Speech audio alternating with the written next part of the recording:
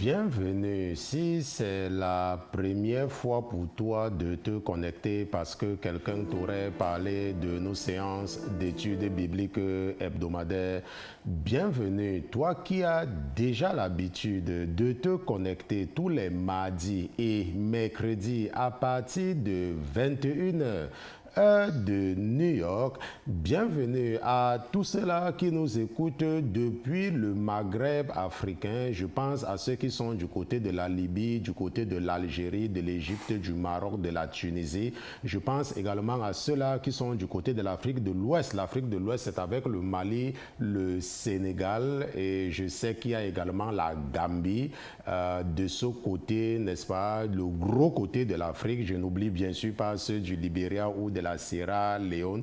Bienvenue à tous ceux qui sont ici avec nous, ici à New York, n'est-ce pas, même ici dans le New Jersey, ceux qui sont du côté de Philadelphie, du côté du Maryland, du côté de Dallas, du Texas. Bienvenue à tous les pères de famille, à toutes les mères de famille qui ont pris la bonne résolution d'éduquer spirituellement leurs enfants par ces séances d'études bibliques hebdomadaires. Bienvenue ma soeur, bienvenue mon frère. Je remercie le Seigneur Jésus-Christ pour ta vie. Je remercie le Seigneur Jésus-Christ pour vos vies. Je le remercie d'avoir mis dans vos cœurs de vous intéresser aux choses spirituelles. La parole de Dieu nous enseigne dans l'épître de Paul aux Galates, dans la lettre de Paul à l'église de Galates au chapitre 6 verset 1, la parole de Dieu dit: frère, si un homme a été surpris en quelque faute, vous qui êtes spirituels, redressez-le dans un esprit de douceur. Prends garde à toi-même, de peur que tu ne sois aussi tenté. La parole de Dieu dit que, sœur, si tu vois ta sœur en faute, la parole de Dieu dit que, frère, si ton frère commet une faute, la parole de Dieu dit que, sœur, si ton frère interprète mal la Bible, la parole de Dieu dit que, sœur, si ton frère a volé à ta chose ou a volé à côté de toi, la parole de Dieu dit que toi qui comprends que nous n'avons pas à lutter contre la chair et le sang, toi qui comprends que même si nous marchons dans la chair, nous ne combattons pas selon la chair. La parole de Dieu dit que toi qui as compris cela, redresse ton frère avec douceur. La parole de Dieu dit que redresse ta sœur avec douceur. Je ne sais pas comment l'ennemi s'est arrangé à ce que tu prennes le téléphone pour appeler tout le monde parce que tu as entendu que la sœur est tombée enceinte. Je ne sais pas comment l'ennemi s'est arrangé pour que quand tu entends que quelqu'un a fait quelque chose dans l'église, c'est toi qui deviens la radio FM ou la station de télévision pour diffuser l'information. Je ne sais pas comment l'ennemi s'est arrangé pour que tu dises à quelqu'un sèchement qu'il a tort, alors que tu ne connais pas son niveau spirituel.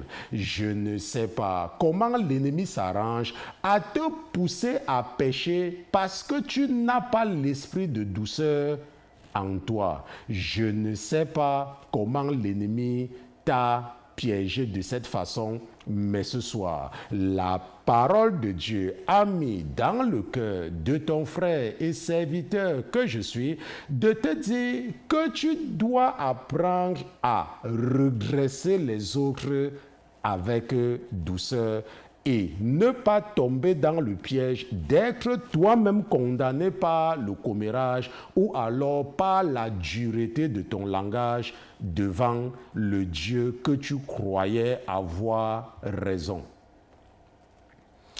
Je remercie le Seigneur Jésus-Christ pour ta vie. Ce soir, nous allons continuer là où nous nous sommes arrêtés hier dans cette série d'enseignements sur la sagesse, n'est-ce pas? Nous sommes en train de méditer dans le chapitre 28 de l'un des livres de la sagesse, le livre de Job, à côté des Proverbes et du livre de l'Ecclésiaste. Et ce soir, ça sera la 8e partie de cette série d'enseignements, n'est-ce pas? Le chrétien sage, 8e partie, ce sera le sujet de notre étude biblique de ce soir. Mais avant toute chose, avant de nous aventurer à utiliser la chair et le sang pour enseigner les princes et les princesses que vous êtes, nous allons d'abord nous assurer de la présence de notre patron dans ce studio. Mais comme notre patron n'est pas un patron ordinaire, comme il est Dieu, comme lui c'est Jésus-Christ de Nazareth, nous allons lui dérouler le tapis rouge et nous allons demander à tous les autres qui se trouvent dans les cieux, qui se trouvent sur la terre et sous la mer, de se taire le temps pour nous d'accueillir dans ce studio Jésus-Christ de Nazareth. Gardez l'écoute. À tout à l'heure.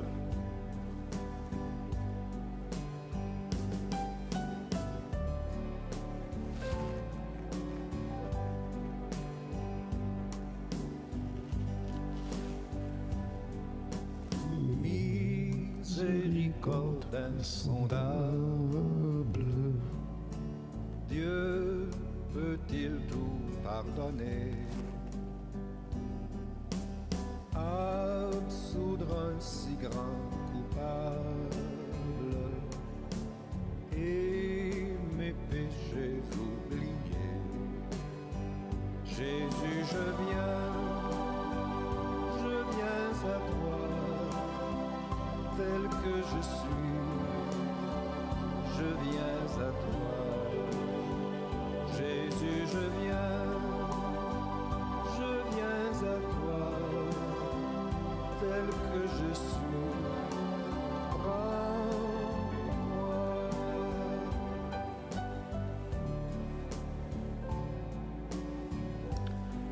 Père éternel, nous voici de retour en la présence du Dieu de la deuxième chance. Nous voici de retour en la présence du Créateur des cieux et de la terre, le Dieu du monde visible et invisible. Nous voici en la présence du Dieu qui a créé tout et qui a rempli la terre et les océans avec la vie. Nous voici en la présence du Dieu d'Abraham, d'Isaac et de Jacob, le Père de notre Seigneur et Sauveur Jésus-Christ. Papa, nous n'avons pas la prétention d'être justes pour nous tenir devant toi. Si nous sommes devant toi ce soir, c'est parce que nous n'avons justement pas le choix. Tu es notre Père et en plus de cela, tu es notre Créateur. C'est toi qui nous as créés et c'est toi qui nous as envoyés en mission sur la terre. Parce que lorsque nous examinons ta parole, nous apprenons que tu nous as bénis avec toutes les formes de bénédiction spirituelle, même avant la fondation du monde, et que tu as préparé une œuvre pour chacun de nous afin que le moment venu, nous y marchions. Papa, lorsque le moment était arrivé, tu as frappé à la porte de nos cœurs et tu t'es arrangé pour que nous écoutons le son du bruit. Tu t'es arrangé, papa, et tu as facilité même, et tu nous as aidés à venir t'ouvrir la porte. Et nous avons ouvert la porte de nos cœurs, et tu es entré. Et en ce moment même, tu vis en chacun de nos papas, mais parfois tu nous parles et nous ne comprenons pas à cause de la chair que tu nous as donné. Cette chair qui nous amène à poser des actes qui amènent tes ennemis à se moquer de toi, Père éternel, si tu te lasses de nous, si tu te décourages de nous, alors tes ennemis diront que c'est parce que tu n'es pas assez puissant pour accomplir ce que tu as commencé en nous.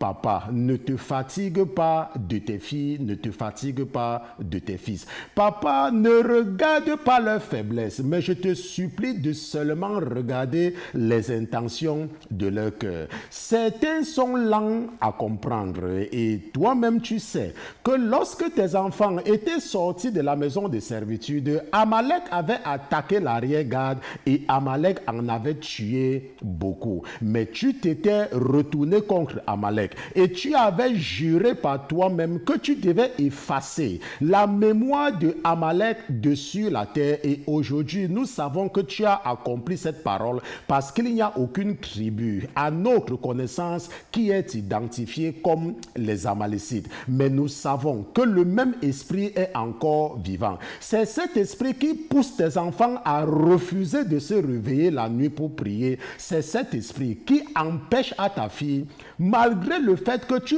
augmentes la température dans la chambre, malgré le fait même que tu t'arranges à ce qu'un bruit l'empêche de dormir, c'est cet esprit qui empêche à ta fille de se réveiller, c'est cet esprit qui empêche à ton fils de se réveiller. Père éternel, donne à tes enfants l'esprit du courage, le même que tu avais donné à ceux qui avaient détruit les Amalécites. Donne-leur le courage et donne-leur la force de se lever au milieu de la nuit pour te louer, de se lever au milieu de la nuit pour te glorifier. Papa, donne également le courage à tes enfants d'être droit devant toi. Donne-leur le courage de ne pas avoir le cœur partagé. Donne-leur le courage de savoir dire non. Papa, aide-les à résister à l'esprit de la séduction et aide-les à reconnaître seulement ta voix qui est la vraie voix, ta voix qui est la voix du salut, ta voix qui va certainement les conduire dans ce royaume que tu les as promis. Parce que tu nous dis dans ta parole que dans la maison de ton Père, il y a plusieurs demeures. Que si tel n'était pas le cas, tu devais nous le dire. Seigneur Jésus, regarde la faiblesse de tes enfants et donne-leur la force de résister à la tentation. Nous te remercions, Papa, de ne jamais mépriser nos rendez-vous de la semaine. Nous te remercions, Papa, pour la grâce que tu nous accordes cette semaine de nous retrouver en ta présence.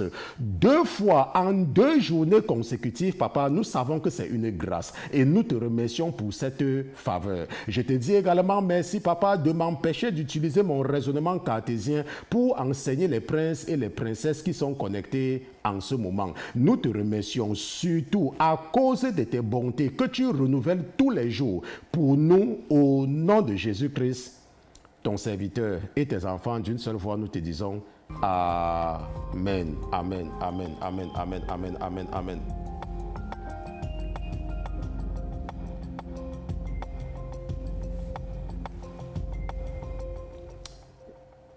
Nous remercions Dieu pour Jésus-Christ, nous remercions Jésus-Christ pour sa fidélité, nous le remercions parce qu'il est Dieu, nous le remercions parce que sans Jésus, il nous serait totalement impossible d'aller devant Dieu, car ce n'est qu'en Jésus que nous sommes justifiés.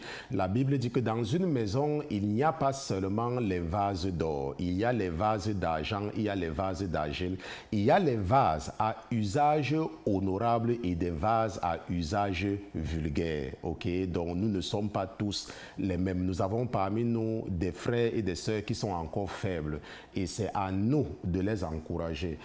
Vous savez que par saison, je vous parle des choses et parfois je ne sais même pas pourquoi je vous parle. Ok, parce qu'il y a un esprit en moi et c'est cet esprit qui parle, surtout quand je suis assis ici. Ok, l'esprit parle et c'est après que je me rends compte que l'esprit en réalité est en train, n'est-ce pas, de résoudre un problème. Si vous vous rappelez, depuis un certain temps, je parle beaucoup, n'est-ce pas, de la fidélité et d'avoir un pasteur. Ok, je vous parle de ça depuis parce que dans la réalité, c'est quelque chose qui est réel. Vous voyez, il y a des gens qui ne connaissaient rien, absolument rien. Et le Seigneur les a conduits vers un pasteur, peut-être vers le pasteur Christian, peut-être vers le pasteur Martin ou n'importe quoi. Et ces gens-là ont commencé à grandir dans la foi. Et ce qui se passe dans la plupart du temps, c'est que le diable vient les séduire, il vient les retirer, le diable vient les séduire et commence à les détourner par des fausses doctrines. Est-ce que vous comprenez?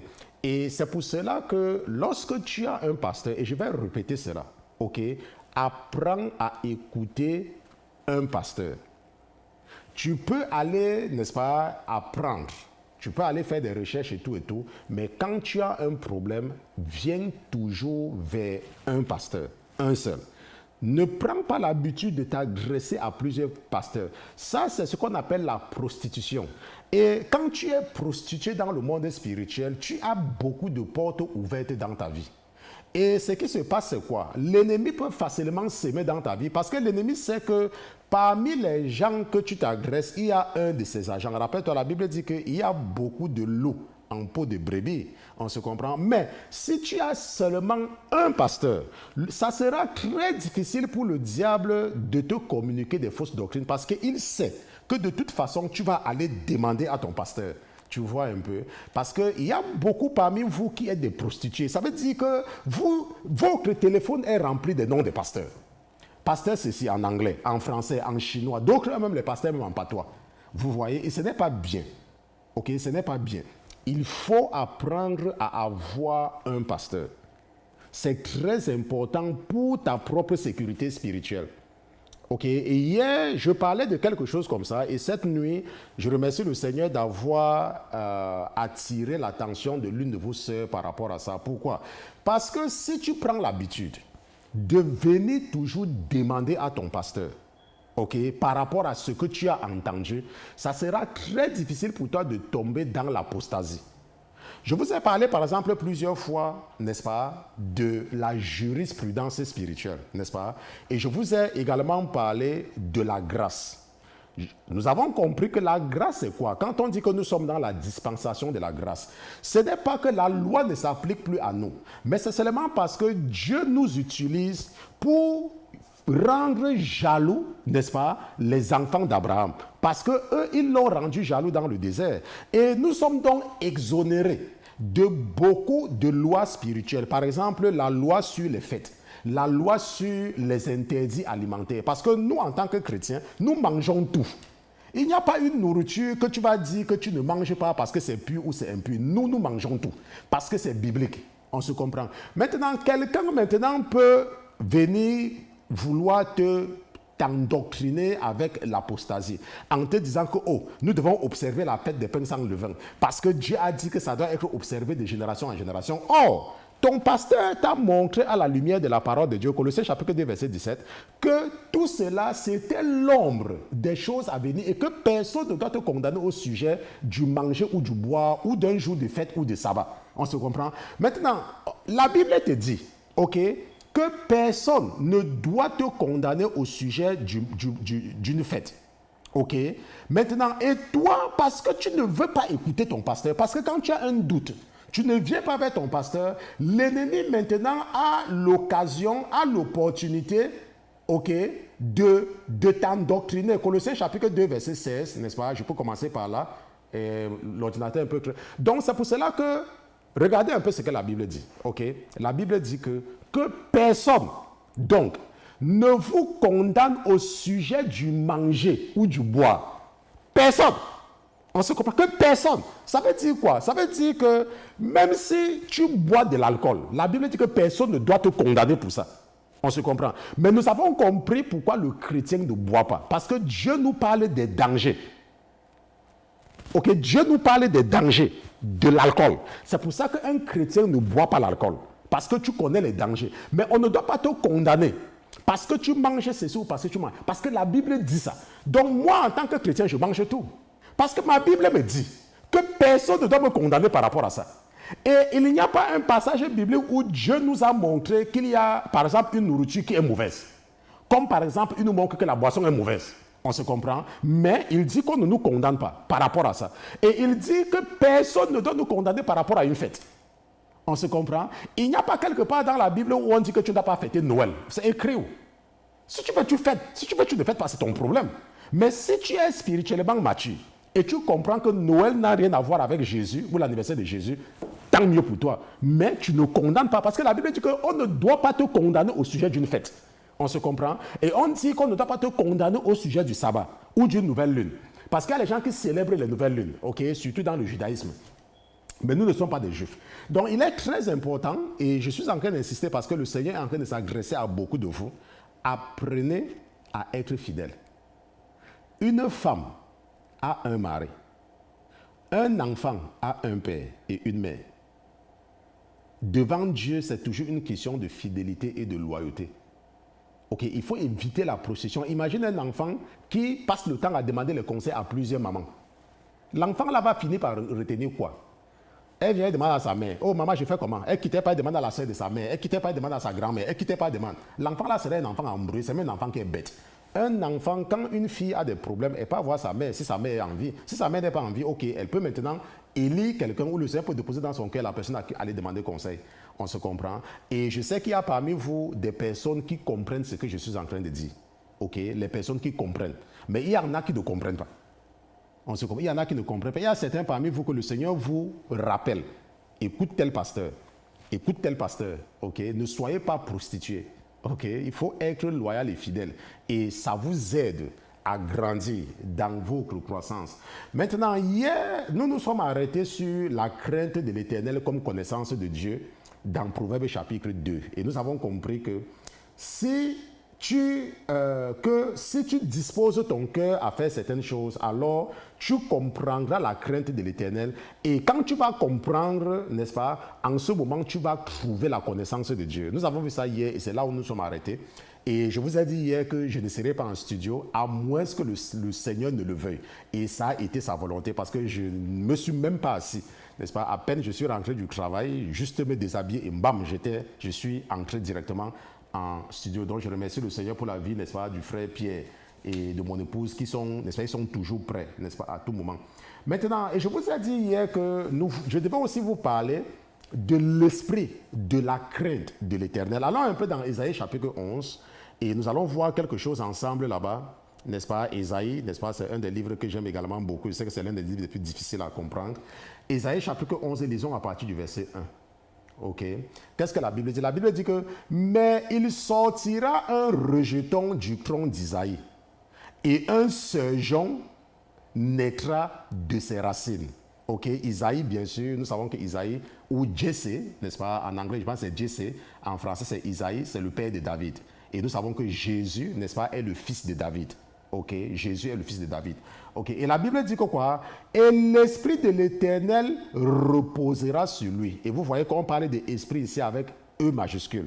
Et à chaque fois que tu vois esprit avec E majuscule, il s'agit du Saint-Esprit. Ok, donc l'esprit de l'Éternel. Et le Saint-Esprit, c'est l'esprit de Dieu. Pourquoi est-ce qu'on dit qu'il est saint? C'est parce que Dieu est saint. Ok, et le Saint-Esprit est Dieu, parce que c'est son esprit. Et Jésus, c'est le Fils de Dieu, parce que c'est Jésus qui nous a fait connaître Dieu. Et la Bible dit que quoi? Que Jésus est la manifestation, n'est-ce pas, du Dieu qui est invisible. Et en Jésus est toute la plénitude de Dieu. Et Jésus a dit que croyez en Dieu, mais croyez aussi en moi. Parce que ce n'est que par moi que vous pouvez aller devant le Père. Ce n'est que par moi. C'est ça que Jésus nous a dit. Okay, c'est pour ça que Jésus est tout pour nous. Et Ésaïe chapitre 11, verset 2 dit que « Et l'Esprit de l'Éternel reposera sur lui. » Et quel est cet esprit? L'esprit de la sagesse, n'est-ce pas? L'esprit de sagesse et d'intelligence. On se comprend? L'esprit de conseil et de force. L'esprit de science. La science ici, c'est la connaissance. Ok? Et de crainte de l'Éternel. Et le verset 3 dit qu'il prendra son plaisir dans la crainte de l'Éternel. Pourquoi? Parce que l'esprit de la crainte de l'Éternel sera en lui. Et la Bible dit qu'il prendra son plaisir dans la crainte de l'Éternel. Tellement qu'il ne jugera pas d'après l'apparence et ne décidera pas sur un oui-dire. mais il jugera avec justice les petits et décidera avec droiture pour les malheureux du pays. Il frappera la terre de sa parole comme d'une verge et fera mourir le méchant par le souffle de ses narines. Ok? Ésaïe chapitre 11, verset 1 à 4. Donc ici, on est en train de parler de Jésus, que quand Jésus, quand il sera sur la terre, ok, il devait avoir l'Esprit de Dieu. Il devait avoir l'esprit de la sagesse et d'intelligence. Il devait avoir l'esprit de conseil et de force. Il devait avoir l'esprit de science et de crainte de l'Éternel. Maintenant, lorsque tu as l'esprit de Dieu en toi, ok, l'esprit de la sagesse, tu connais également conseiller les gens. C'est pour ça qu'il y a beaucoup de personnes qui viennent vers moi parce qu'ils ont besoin de conseils. Et je les conseille par rapport à l'esprit de Dieu et ils acceptent, et ils écoutent, et ils le font. Mais il y a des gens, ils ont des problèmes. Ils viennent voir le pasteur. Le pasteur dit quelque chose, ça ne les arrange pas. Ils quittent. Ils partent voir un autre pasteur. Le pasteur a dit quelque chose, ça ne les arrange pas. Ils quittent. Ils partent voir un autre pasteur. Le pasteur a dit quelque chose, ça les arrange. Et ils maintenant continuent dans le péché. Vous voyez un peu, il y a des personnes que parfois, quand tu n'écoutes pas, quand tu es prostitué dans le monde spirituel et tu viens vers un pasteur, Dieu également ne touche pas le cœur de ce pasteur-là. Il y a des gens parmi vous, parfois, quand vous me faites signe, immédiatement je réagis. Pourquoi? Parce que je sais que vous êtes fidèle. Mais il y en a, quand vous m'écrivez, ça ne me dit rien. Ok, je vais prendre mon temps pour vous répondre parce que vous êtes des prostituées. Vous voyez? Parce que je sais, l'esprit me dit que ne te dérange pas par rapport à telle personne. Mais il y en a que quand ils m'écrivent, immédiatement, je leur réponds. Parfois, ils écrivent le matin, je leur réponds quelques temps après. On se comprend? Pourquoi? Parce que je vois la fidélité en eux. Je vois que ça, ce sont des gens qui écoutent. Et j'ai constaté, depuis que je fais ce travail, ça je vous assure, depuis que je fais ce travail, que tous ceux qui se comportent de cette façon grandissent toujours spirituellement. Mais le problème avec certains, c'est qu'à un moment donné, le diable vient les séduire. Il y a une de vos sœurs qui a eu un rêve un jour. Elle est venue me voir. Et elle m'a dit, oh, pasteur Christian, voilà le rêve que j'ai fait. Et dans le rêve, elle voyait comment elle n'arrivait pas à combattre quelque chose. Je ne me rappelle pas très bien, mais je vais seulement donner ce qui est important. Okay? Et elle demandait à une personne de prier pour elle. Elle demandait de l'aide. N'est-ce pas? Oh, cette personne déjà est une intercesseuse. Et je dis que, mais est-ce que tu ne comprends pas le message que Dieu te donne? Ok, ça vient seulement renforcer ce que je t'ai toujours dit. Apprends à t'asseoir et à faire une chose. Si Dieu t'a appelé dans l'intercession et tu es dans un groupe d'intercession, contente-toi d'intercéder. Tu n'es pas obligé de tout faire. Je parlais avec une personne en journée où je disais que, supposons que le Seigneur t'envoie vers un pasteur. Au départ, tu acceptes Jésus et le Saint-Esprit met dans ton cœur d'aider un pasteur. Et on te donne un travail. Prenons un peu le cas du frère Pierre, par exemple. Okay? Le frère Pierre est en train de travailler. Il s'occupe des jeunes. Jeunes pour Jésus-Christ. Maintenant, il est en train de s'occuper des jeunes. Maintenant, un autre pasteur, il entre en contact avec notre pasteur et il commence à causer avec le pasteur là. Et le pasteur là lui dit que, oh, Dieu a mis dans mon cœur d'ouvrir un orphelinat. Ou Dieu a mis dans mon cœur de peut-être ouvrir un centre de prière. On se comprend? Et le frère dit que, ah, c'est un bon projet. Et il commence maintenant à s'associer à ce pasteur. Maintenant, le travail que tu faisais là, qui va le faire? Ou alors, le pasteur a dit que, oh, Dieu m'a dit de te dire que tu dois m'aider dans le projet là. Attends, s'il te dit que Dieu lui a dit, alors que tu fais déjà un travail, s'il te dit que Dieu lui a dit que tu dois l'aider, il faut lui dire que tu vas prier et Dieu doit te confirmer cela. On se voit, c'est comme ça qu'il faut se comporter. Pourquoi? Parce que nous travaillons tous pour un même Dieu, n'est-ce pas? La Bible dit que nous sommes les esclaves de Jésus-Christ. Nous sommes les esclaves de Dieu. Et Jésus, c'est notre maître. Et un esclave fait seulement ce que son maître lui demande de faire. Donc, si en réalité, ce pasteur est en train de dire que Dieu lui a dit, si déjà tu es en train de travailler, tu dois donc aussi prier et jeûner et attendre de façon explicite que Dieu te parle. Si vraiment tu travailles pour Dieu. Ou alors que le pasteur passe par quelqu'un d'autre qui n'est pas au courant de ça et vient te dire que, oh mon frère, le Seigneur m'a dit qu'il y a un certain pasteur qui s'appelle tel. De façon précise, pas que ça doit être flou. et que tu dois travailler avec lui. On se comprend? Donc c'est comme ça que vous devez éviter de tomber dans le piège de la séduction. Parce qu'à la fin de la journée, je vous ai dit l'autre jour que si tu n'es pas stable et que Dieu veut te bénir, on va donc te trouver où? Puisque tu n'es nulle part. On se comprend. Bon, maintenant, nous voyons donc dans Ésaïe chapitre 11, verset 2, qu'il y a ce qu'on appelle, et mon épouse va remontrer ça, l'esprit de crainte de l'Éternel. Vous voyez, il y a des gens qui n'ont pas la crainte de Dieu en eux. Ils n'ont pas la crainte. Quels sont ces gens-là? Ce sont les gens qui partent à l'église pour regarder les chaussures du pasteur. Et ils font, dans la maison de Dieu, il y a des gens qui commentent sur les chaussures du pasteur étant assis dans l'église. Il y a des gens, quand elles partent à l'église, elles mettent une paire de chaussures dans le sac. Quand elles entrent à l'église, elles enlèvent la chaussure là. Elles portent une nouvelle chaussure pour entrer dans l'église. Vous voyez, il y a des gens qui n'ont pas la crainte de Dieu. Ça veut dire que la maison de Dieu pour elles, il n'y a aucune révérence. Il n'y a aucune crainte quand elles entrent dans la maison de Dieu. Et j'ai enseigné là-dessus une fois quand j'ai parlé du sacrifice des insensés. Et la Bible dit quelque part que garde-toi d'offrir à Dieu le sacrifice des insensés. Parce qu'il y a les gens qui offrent à Dieu un sacrifice d'insensé, un sacrifice de fou. On se comprend? Donc, la crainte de l'Éternel, c'est un esprit. OK? Et cet esprit-là, n'est-ce pas? La Bible nous dit que quoi? Que l'esprit de l'Éternel reposera. L'esprit de sagesse et d'intelligence, l'esprit de conseil et de force, l'esprit de science et de la crainte de l'Éternel. Donc, si tu te rends compte que tu n'as pas la crainte de Dieu en toi, ça veut dire que quoi la crainte de Dieu? Ça ne te dérange pas de faire le commérage sur quelqu'un. Il y a des femmes. Vous savez que moi, je suis marié. Donc, quand je suis à la maison, j'entends comment les femmes bavardent. Vous savez que moi, j'étais dans une église et il y avait beaucoup de femmes. Donc, j'entends comment les femmes parlent. J'ai grandi dans une famille où, n'est-ce pas, il y avait beaucoup de femmes. Et vous allez voir qu'il y a des femmes. Elles disent qu'elles sont chrétiennes. Mais quand tu les entends parler, tu ne les entends jamais partager un verset biblique. Jamais. Partager un verset biblique. C'est que, oh, est-ce que tu sais que tel est maintenant, a déménagé? Que tel habite maintenant là-bas? Hey, est-ce que c'est que tel maintenant ne travaille même plus là-bas?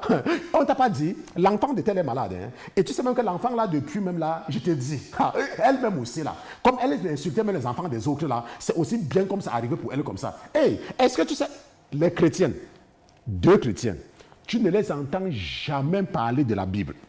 Jamais. Seulement parler des gens. Des gens. Des gens. Des gens.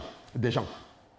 Vous voyez? Ça veut dire quoi? Ça veut dire que l'esprit de la crainte de Dieu n'est pas encore là. Et si tu te retrouves dans ce que je dis, il faut prier et demander à Dieu de déposer sa crainte dans toi. Parce que la crainte là fera quoi? La crainte là fera que même quand tu veux parler de quelqu'un, cet esprit-là va te dire que Dieu n'aime pas ça. On se comprend? Même quand tu veux parler de quelqu'un, cette crainte va te dire que Dieu n'aime pas ça. Cette crainte va faire que même quand une femme est en train de te séduire, on se comprend? Même quand une femme veut te séduire, rappelle-toi que la Bible dit que nous serons tentés, n'est-ce pas? Parce que le péché est couché à la porte. Mais que nous devons dominer sur le péché. On se comprend? Amen. Donc, que nous devons dominer sur le péché. Est-ce qu'on se comprend? Donc, on ne dit pas que tu ne seras pas tenté. Mais on dit que tu dois dominer sur le péché. Maintenant, qu'est-ce qui va te donner la force de dominer sur le péché? C'est la crainte. C'est quand tu as l'esprit de la crainte de l'Éternel en toi. Et tu vois donc une femme, elle est belle, elle est jolie, elle est chape, elle est machin. Mais ne te dis rien. Pourquoi? Parce que tu es marié. Et que cet esprit-là, l'esprit de la crainte, va te rappeler que tu es marié. Et que Dieu a dit que si tu convoites même une femme dans ton cœur, tu commets déjà l'adultère. Et ça va faire même que tu n'y penses même pas. Tu ne vas pas la regarder deux fois. Quand tu vas la regarder parce qu'elle est apparue directement devant toi, tu vas tourner ton regard et regarder ailleurs. On se comprend? Tu ne vas même pas regarder deux fois. Pourquoi? Parce qu'il y a l'esprit de la crainte. On se comprend? Et cet esprit fera que quand maintenant cette sœur-là, cette sorcière, cet agent humain que le diable est venu mettre dans ta vie, quand cet agent humain va se présenter, maintenant, tu ne seras plus intéressé par ces conversations. Et c'est comme ça que tu vas te rendre compte que votre amitié va commencer, la fausse amitié bien sûr, va commencer à diminuer. À diminuer. À diminuer. Et vous allez vous séparer. Pourquoi? Parce que, comme tu as l'esprit de la crainte et que tu n'es plus dans le commérage, tu n'es plus là pour parler des gens. Tu vois un peu, ça fait maintenant qu'il y a séparation. Et c'est comme ça maintenant que tu peux entrer dans ta terre promise. Et tu peux être stable dans ta vie. Maintenant, nous comprenons donc qu'il y a ce qu'on appelle l'esprit de la crainte de Dieu. Et beaucoup de personnes n'ont pas ça. Maintenant, il y a également quelque chose que nous allons voir aujourd'hui qui est très important. Retournons un peu dans Proverbe chapitre 8. Retournons dans Proverbe chapitre 8 et regardons quelque chose là-bas. N'est-ce pas? Je sais que nous allons durer beaucoup sur cet enseignement sur la sagesse. Je me rappelle que la première fois que j'ai enseigné sur la sagesse, il y a un de vos frères qui m'a écrit, me dit que mes pasteurs, vous n'avez pas dit beaucoup de choses parce que le sujet de la sagesse est large. Et je lui ai dit, je ne me rappelle pas très bien, si tu m'écoutes, tu peux me rappeler cela. Je lui ai dit que si le Seigneur veut que je retourne là-dessus, je retournerai. Et c'est comme ça que je me suis retrouvé là-dessus. Ok? Parce que la sagesse, c'est la chose la plus importante. Nous avons vu que la sagesse, c'est ce que tu dois rechercher. C'est la seule chose que tu dois rechercher en fait en tant que chrétien. Et allons un peu dans Proverbe chapitre 8 et regardons ce qui s'est passé avec Dieu lui-même. Ok? Proverbe chapitre 8, lisons à partir du verset 22. Verset 22. Ok? Maintenant, voilà ce que la sagesse dit. La sagesse dit que l'Éternel m'a possédé dès le commencement de ses voies, avant qu'il fît aucune de ses œuvres. On se comprend? Donc, la sagesse nous dit, rappelle-toi que hier, la sagesse a dit que je hais l'orgueil et l'arrogance. Et nous avons passé pratiquement toute la soirée d'hier à parler de ça. Que tu ne peux pas être une personne orgueilleuse. Ou alors, tu ne peux pas être une personne arrogante et dire que tu es sage. Tu n'es pas sage. On se comprend? La sagesse a dit que je hais l'orgueil et l'arrogance. Donc, une personne sage n'est pas orgueilleuse. Même quand tu travailles pour Dieu, supposons que tu me dises que tu es responsable des femmes ou tu es responsable des hommes et tu n'es pas humble, tu es gonflé, tu es rempli de toi-même. Ça veut dire que tu n'as pas l'esprit de la sagesse. Et en ce moment-là, tu dois prier pour que Dieu te donne cet esprit-là. Parce que c'est un esprit. Et la Bible a dit quelque part, je pense que c'est l'épître de Jacques, n'est-ce pas, qui dit que si quelqu'un manque de sagesse, qu'il demande à Dieu. Vous voyez un peu? Parce que la sagesse, c'est ce dont tu as le plus besoin. Comment est-ce que la sagesse se manifeste? Par exemple, tu travailles avec quelqu'un et la personne fait des erreurs.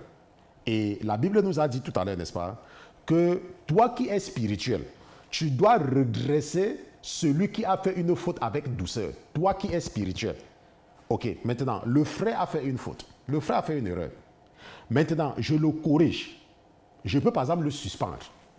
Pourquoi? Parce que je veux qu'il comprenne la gravité.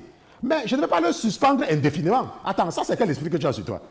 Quand toi tu pêches et que tu pars confesser tes péchés, la Bible dit dans 1 Jean chapitre 1 verset 9 que si nous confessons nos péchés, il est fidèle et juste de nous pardonner. Mais toi, quelqu'un t'a offensé, tu ne pardonnes pas. Non, ce n'est pas comme ça. Parfois, quand tu corriges quelqu'un, c'est pour que la personne retienne la leçon. On se comprend? Pour que la personne retienne la leçon. Ce n'est pas que tu dois corriger une personne et jeter la personne dans la poubelle. Attends, ça c'est quel esprit ça? Tu n'es pas sage.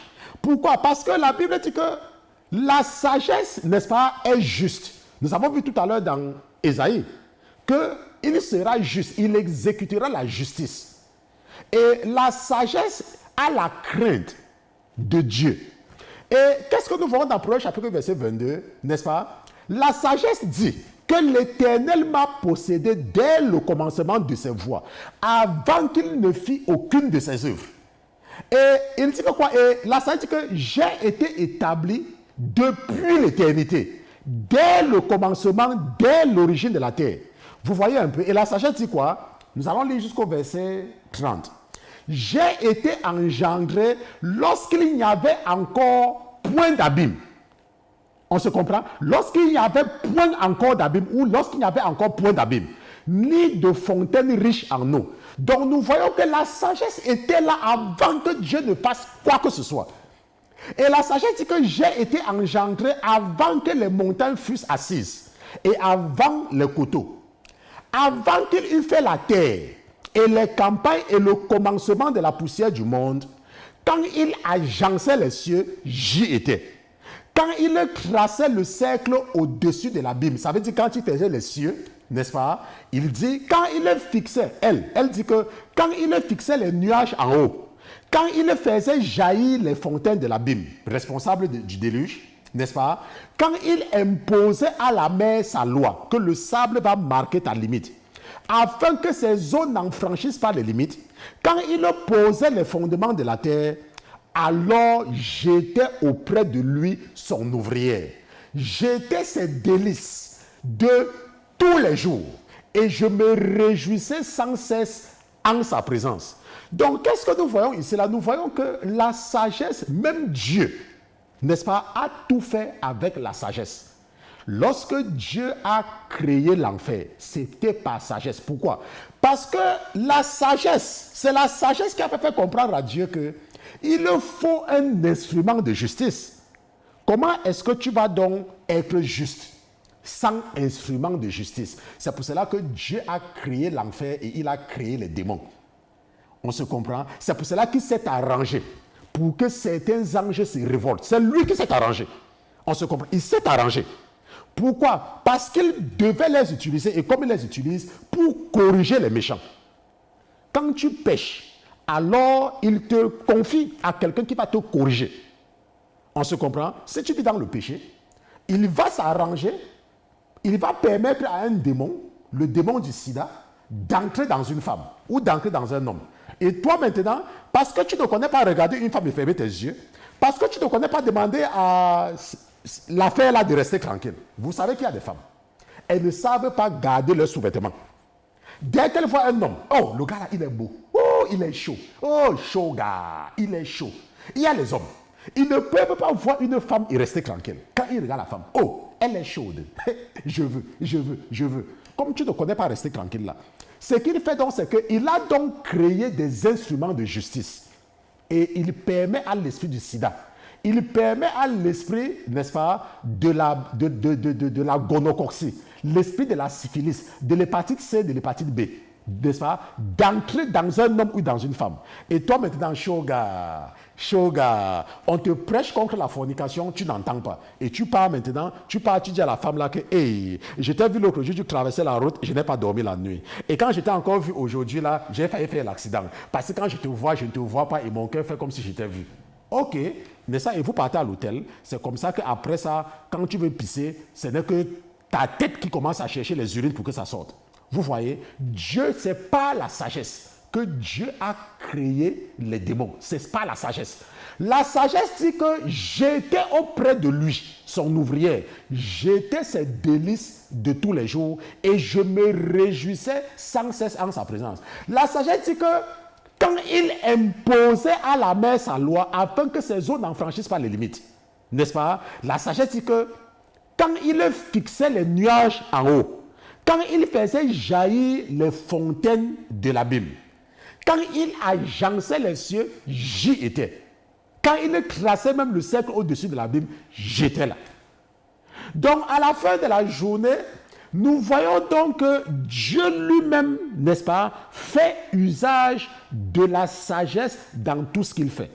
Et qu'est-ce que la sagesse? Nous avons vu que la sagesse, c'est l'intelligence appliquée à la parole de Dieu. Je comprends comment on fait ceci ou comment on fait cela. Mais avant de faire, je consulte la parole de mon Dieu. Et je fais en me conformant à la parole de mon Dieu. Est-ce qu'on se comprend? Par exemple, Dieu dit que nous devons mettre seulement notre cœur sur les choses d'en haut. C'est ce qu'il nous dit. Que nous devons seulement mettre notre cœur sur les choses d'en haut. Il nous dit que là où ton trésor est, c'est aussi là que ton cœur sera. Ça veut dire quoi? Tu dis que, ok, Dieu m'a dit de faire du bien. Dieu m'a dit d'aider les pauvres. Dieu m'a dit de soutenir les veuves, de soutenir les orphelins. Maintenant, quelqu'un vient emprunter de l'argent chez moi. Et la personne dit, je vais te rembourser dans un mois. Un mois passe, la personne ne me rembourse pas. J'ai dit, je prie. J'ai dit, oh Seigneur, je sais que c'est ton fils, je sais que c'est ta fille, je sais que c'est ta créature, et tu m'as demandé d'aimer mon prochain. Papa, cette personne a emprunté mon argent, je laisse cet argent-là pour toi. On se comprend? Maintenant, si tu fais cette prière et que effectivement tu laisses l'argent que la personne ne te pardonne pas, Dieu va prendre l'argent-là et mettre dans ton cœur. Maintenant, supposons maintenant que Jeanne est venue emprunter de l'argent, n'a pas remboursé, tu as fait la même prière, ok? Et peut-être que Jeanne avait emprunté 50 000 francs chez toi. Joseph est venu emprunter 100 000. Timothée est venu emprunter tel. Pierre est venu emprunter tel. Et tu as pardonné tout ce monde-là à cause de Dieu. Ça fait donc maintenant que, puisque toi tu sais que tu as ton argent que tu as donné à Dieu, ton cœur sera beaucoup plus attaché à Dieu. Tu vois, pourquoi? Parce que tu ne peux pas gaspiller, parce que tu as beaucoup fait d'investissements, tu as beaucoup fait des efforts, n'est-ce pas, pour ton Dieu. Et ton cœur donc sera beaucoup plus attaché au royaume. Mais toi, tu es là. Quelqu'un t'a emprunté de l'argent. Ou alors tu as prêté l'argent à quelqu'un. La personne t'a pas remboursé. Après 1 mois. Maintenant, tu appelles le pasteur. Oh, tel m'a emprunté. Il y a une femme, une sorcière. OK? Elle est venue un jour. Elle me dit, oh, mon frère, je veux te parler. Je dis, OK, quel est le problème? Il y a tel pasteur qui a emprunté l'argent chez moi depuis. Et il ne me rembourse pas. Hein? Je ne sais pas comment je vais faire, machin, truc, ainsi de suite. J'ai déjà dit, bon, moi je crois que ce n'est qu'à moi qu'elle était venue dire. Mais elle était partie dire à tout le monde. Tu vois un peu. Maintenant, supposons qu'un pasteur t'ait emprunté de l'argent. Un pasteur, c'est un homme de Dieu. Et tu lui as prêté de l'argent parce que tu avais cru en lui, n'est-ce pas? Tu avais cru en lui et tu lui as prêté de l'argent. Et il ne t'a pas remboursé ton argent. Ou alors, il t'a jonglé. Maintenant, ce que tu fais, c'est quoi? C'est que tu peux te confier à un pasteur. Parce qu'il n'y a rien de mauvais hein, de se confesser chez ton pasteur. Peut-être ta soeur t'a offensé, ta mère t'a offensé, ton père t'a offensé. Tu viens, tu dis à ton pasteur que mon père m'a fait ceci, ma mère m'a fait. C'est tout à fait normal, c'est ton pasteur, c'est ton guide spirituel. Ok? Ce que nous disons, c'est que quand tu as un problème, il ne faut pas aller raconter à tout le monde. Pourquoi? Parce que le pasteur, c'est un ambassadeur. Donc, en ton pasteur, tu vois ton Dieu.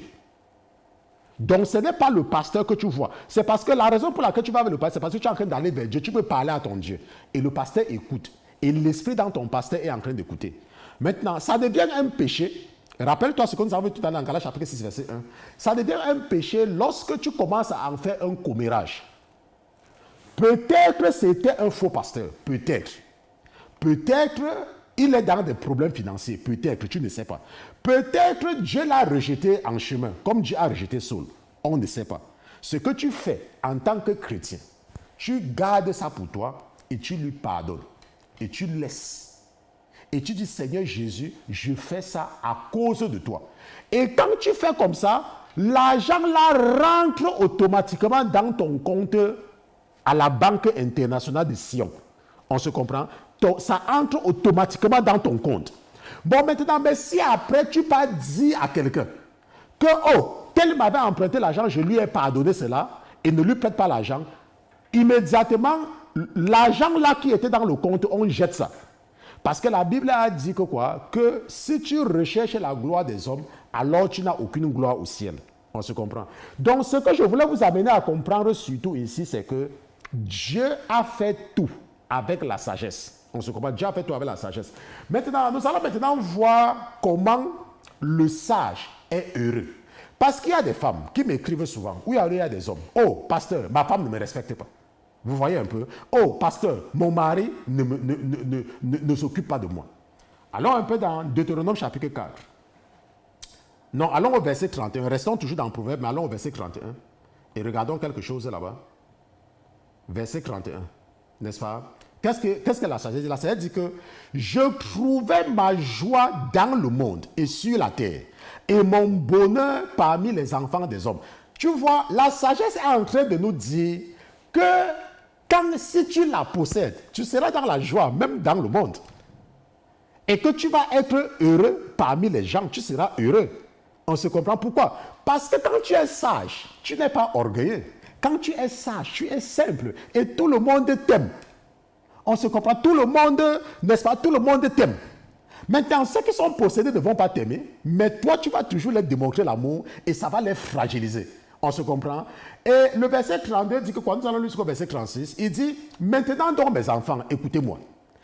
Heureux ceux qui garderont mes voies. Les voies de qui? Les voies de la sagesse que nous avons vu depuis le début de Proverbe chapitre 8. Et il dit que quoi? Écoutez l'instruction pour devenir sage et ne la rejetez point. Heureux l'homme qui m'écoute, qui veille à mes portes chaque jour et qui garde les poteaux de l'entrée de ma maison. Car celui qui me trouve la vie et obtient la faveur de l'Éternel.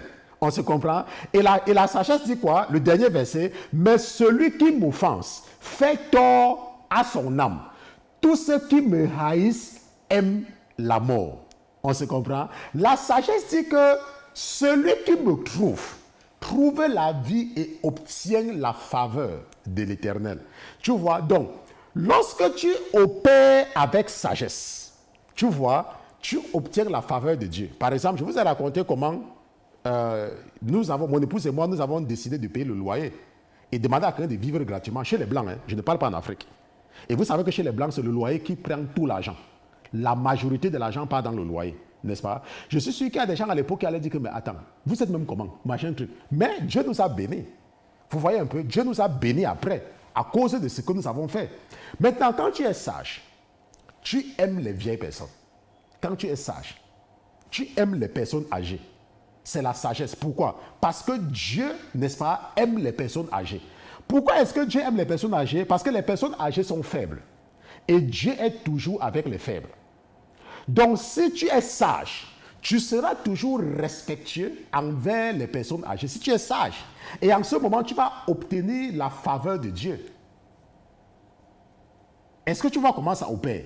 Maintenant, si tu es sage, la Bible t'a dit que ne fais pas ceci. La Bible te dit, ne fais pas ceci. Et toi, tu es sage et tu ne fais pas. Tu vois, pas la sagesse. La Bible te dit que, allons un peu dans Ézéchiel chapitre 3. N'est-ce pas? C'est l'un des livres que j'aime beaucoup. N'est-ce pas? Ce n'est pas très long. Allons un peu dans Ézéchiel chapitre 3 et regardons quelque chose là-bas. N'est-ce pas? Je vais regarder quelque chose ici. Il dit, fils de l'homme, ce n'est point vers un peuple au palais inintelligible et à la langue barbare que je t'envoie, mais vers la maison d'Israël. Ce n'est point vers de nombreux peuples au palais inintelligible et à la langue barbare, et dont tu ne puisses pas entendre les paroles que je t'envoie. Cela, certes, ils t'écouteraient si je t'envoyais vers eux. Mais la maison d'Israël ne voudra pas t'écouter, parce qu'elle ne veut point m'écouter. Car toute la maison d'Israël a le poing dur et le cœur obstiné. Ça veut dire quoi? Quand tu es sage, Dieu t'a appelé et t'a donné une mission. Ok? Maintenant. Et tu fais le travail de Dieu, les gens ne t'écoutent pas. Tu fais le travail de Dieu, les gens ne t'écoutent pas. Maintenant, si tu es sage, tu continues parce que Dieu dit que c'est lui qui t'envoie. Ce n'est pas une question que tu postes quelque chose, les gens t'insultent. Ça n'a rien à voir avec. Les gens t'insultent, ça n'a rien à voir. Qui t'a envoyé? C'est Dieu qui t'a envoyé. Et parce que c'est Dieu qui t'a envoyé, tu continues seulement à faire le travail. C'est ça la sagesse. Parce que rappelle-toi, nous avons vu que la crainte de l'Éternel, c'est ça qui est le commencement de la sagesse. La crainte. Et la crainte de l'Éternel, c'est quoi? C'est mettre ses commandements en pratique. Donc si par exemple, le pasteur Christian te donne un travail, le pasteur Christian dit à la sœur Christelle, occupe-toi des femmes. Ok? Il y a maintenant une femme là qui passe le temps à t'énerver. Et tu viens, tu dis au pasteur Christian que, oh, pasteur Christian, moi je suis fatigué, je ne fais plus. Tu n'es pas sage. Tu vois un peu pourquoi? Parce que Dieu t'a donné un travail. Et quelqu'un te décourage. Et tu veux abandonner le travail que Dieu t'a donné. Tu vois un peu? Ça veut dire que tu n'es pas sage. Ça veut dire que tu n'es pas sage. Ou alors je dis, oh, tonton Pierre. Oh, bon, l'autre jour, j'ai raconté à une femme comment est-ce que c'est très important pour une femme, quand tu es sage et que ton mari n'est pas en Jésus, la chose la plus sage que tu dois faire et la chose la plus importante dans ta marche spirituelle, avant n'importe quoi, c'est la conversion de ton mari. Tant que ton mari n'est pas converti, ta marche avec Jésus sera la plus difficile. Laisse-moi te dire, tu n'iras pas très loin si ton mari n'est pas converti. Maintenant, comment maintenant est-ce que tu vas convertir ton mari? 1 Pierre chapitre 3. Allons un peu ensemble là-bas. Comment est-ce que tu vas convertir ton mari? 1 Pierre chapitre 3. Qu'est-ce que la Bible dit? La Bible dit que femme, soyez de même soumises à vos maris, afin que s'il y en a qui n'obéissent point à la parole, ils soient gagnés sans la parole par la conduite de leur femme. qu'il soit gagné par ta conduite. Maintenant, je veux dire, oh, pasteur Christian, mon mari m'empêche de prier, pasteur. Mon mari m'empêche de prier. Maintenant, ton mari te dit de faire quelque chose que tu ne fais pas. Ton mari dit que, mais attends, est-ce que tu es obligé de prier à minuit tous les jours? Tu dis que, je dois prier. Il m'empêche de prier, pourquoi? Ton mari parle, tu n'écoutes pas. Et son cœur ne fait que, le diable ne fait qu'endurcir son cœur davantage. Tu es obligé de prier à minuit. Tu es obligé. Attends, on t'a dit où dans la Bible que tu dois prier à minuit? On t'a dit ça où? Si tu te rends compte que prier à minuit devient un problème parce que ton mari n'est pas converti, tu attends qu'il parte au travail. Attends, le problème, qui t'a dit que tu dois prier à minuit? Si tu as un homme qui n'a pas de problème par rapport à ça, prenons un peu le cas de mon épouse. Elle, quand elle est en train de prier, elle aime prier dans la chambre. Ok? Quand elle prie, moi je reste au salon. Vous voyez un peu? Parce que moi, je suis en Jésus. Maintenant, mais imaginons que je ne sois pas un chrétien et que moi, je veux dormir. Et ma femme est en train de prier dans la chambre et je viens, je lui dis que, s'il te plaît, moi, je veux dormir. Et elle continue à prier. Qu'est-ce que ça va faire? Ça va m'énerver. Vous voyez un peu? Et si je n'avais pas encore donné ma vie à Jésus, vous pensez que je vais donner ma vie à Jésus? Non. Or, si j'entre dans la chambre, je veux dormir. Ma femme est en train de prier. Elle dit que, s'il te plaît, est-ce que tu peux aller prier dehors? Et elle sort, elle, tranquillement. Elle part dans la douche et elle prie. Je viens, je lui dis que non, tu es en train de faire le bruit dans la douche. Je n'ai pas envie d'entendre cela. Elle quitte. Elle part là-bas en bas. Elle part prier. Maintenant, elle va me dire que, parce que quand moi je prie, il dit que je fais peu de bruit. Attends, tu es obligé de crier quand tu pries. Si tu vois que crier c'est un problème et que ton mari n'est pas converti, parle doucement. Attends, qui t'a dit que pour que Dieu t'écoute, tu dois crier?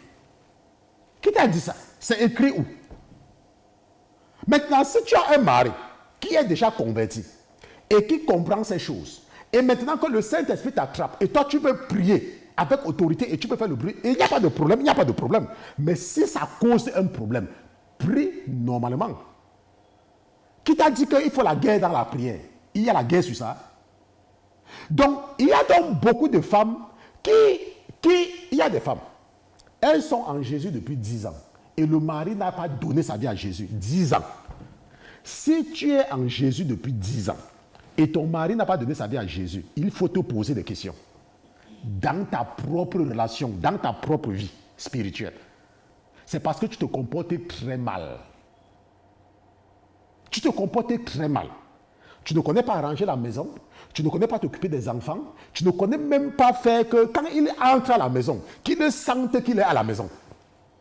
La maison est toujours en désordre. Comment est-ce que tu veux qu'il donne sa vie à Jésus? Attends, comment est-ce que tu veux que ton mari donne sa vie à Jésus? Hein? Même c'est valable, ce qu'elle dit là, c'est pas seulement pour les mariés, même pour les hommes. Moi, quand je suis venu à Jésus, mon épouse n'était pas en Jésus. Mais pourquoi est-ce qu'elle est venue en Jésus? C'est parce qu'elle a vu quelque chose. Mais si je ne m'occupais pas bien d'elle, si par exemple elle disait que ma mère est malade, et je m'en foutais, elle a dit que mais ça c'est même qu'elle est pasteur, vous voyez, et elle devait toujours faire ce qu'elle fait. Vous voyez, donc quand tu as un partenaire, je parle surtout ici, je vais quitter avec les hommes, je vais surtout rester sur les femmes. Quand tu es une femme, si ton mari, tant que ton mari n'est pas converti, laisse-moi te dire, tout ce que tu fais en Jésus là, ça sera tellement difficile. Et tu vas travailler triple, tu vas faire un travail quadruple. N'est-ce pas? C'est mieux de te focaliser d'abord sur la conversion de ton mari, même si ça doit te coûter n'importe quoi. On se comprend? Même si ça doit te coûter n'importe quoi.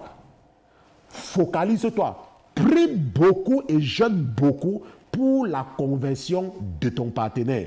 Et quand il sera en Jésus, ça va maintenant te faciliter ta croissance. On se comprend? On va s'arrêter ici pour aujourd'hui, n'est-ce pas? La prochaine fois, la semaine prochaine, si le Seigneur le veut bien, nous allons voir la sagesse et le bonheur. Nous avons déjà vu cela, mais nous allons terminer. Et je ne sais pas si ça sera la dernière partie, mais nous allons terminer avec cette série d'enseignements si l'enlèvement n'a pas lieu la semaine prochaine. Okay? Nous allons donc nous arrêter ici pour aujourd'hui à cause du temps.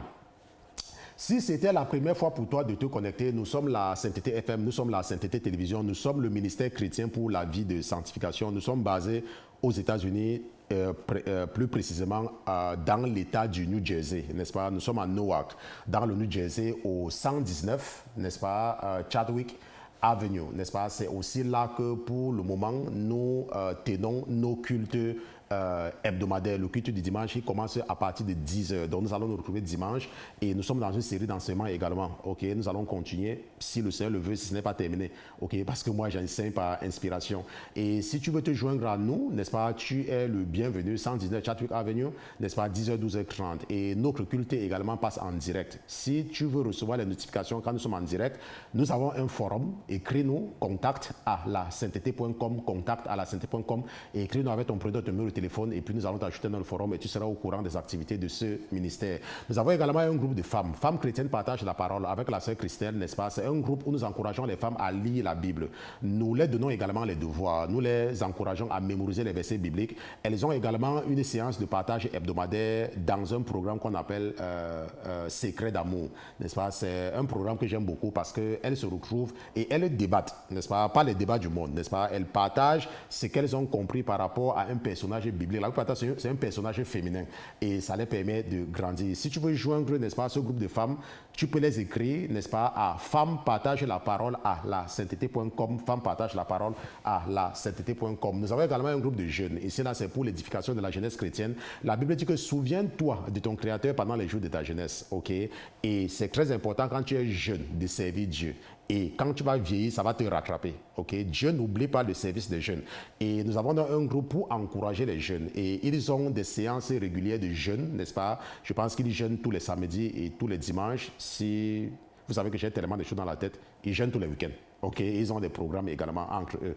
Et si tu veux donc les joindre, Jeûne pour Jésus-Christ à la sainteté.com, Jeûne pour Jésus-Christ à la sainteté.com, c'est avec le frère Pierre. Si tu veux contacter le pasteur Christian, un seul moyen, pasteur Christian à la sainteté.com, pasteur Christian à la sainteté.com, c'est le seul moyen de joindre le pasteur. Si tu veux contribuer pour l'avancement de ce ministère, peut-être le ministère si t'a béni, ça fait depuis que tu nous écoutes et tu vois le changement dans ta vie, tu vois la stabilité dans ton couple et tu veux bénir l'Éternel pour toutes ces bénédictions, écris-nous à contact@la-sainteté.com. Nous acceptons les contributions par PayPal, Western Union et MoneyGram. Et depuis plus de 6 mois, n'est-ce pas, nous partageons le même studio pour le culte du dimanche. Et le Seigneur met dans mon cœur de commencer à faire un appel pour un sanctuaire. Si le Seigneur touche ton cœur par rapport à ce projet, écris-nous, n'est-ce pas? Si tu veux contribuer pour l'acquisition du bâtiment, n'est-ce pas? Écris-nous et nous allons te dire comment contribuer. Ok? Et si tu veux nous acheter un bâtiment, si tu veux construire une maison à Dieu seul, écris-nous toujours à contact@la-sainteté.com. Nous allons prier. Père éternel, je te remercie d'avoir été présent ce soir dans ce studio, ton sanctuaire. Papa, je te remercie pour la vie de tes filles et de tes fils, dans le cœur de qui tu as mis d'être attentif aux enseignements qu'ils reçoivent de toi par leurs frères et serviteurs que je suis. Papa, permets-moi de te demander cette faveur. La faveur que je demande à mon Dieu ce soir, c'est de veiller sur mon troupeau.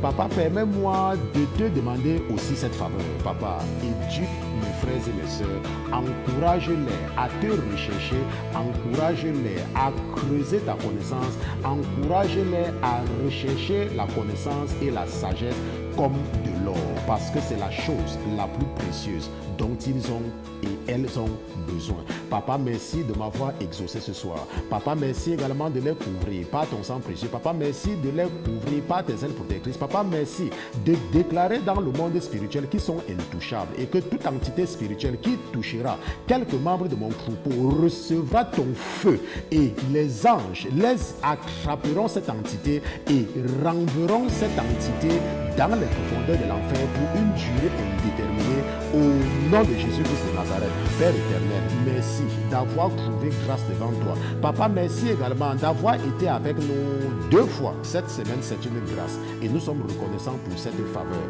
Nous te disons merci, surtout à cause de l'esprit de la révélation que tu as déposé en nous. Au nom de Jésus-Christ, ton serviteur et tes enfants, Dieu se revoit, nous te disons Amen.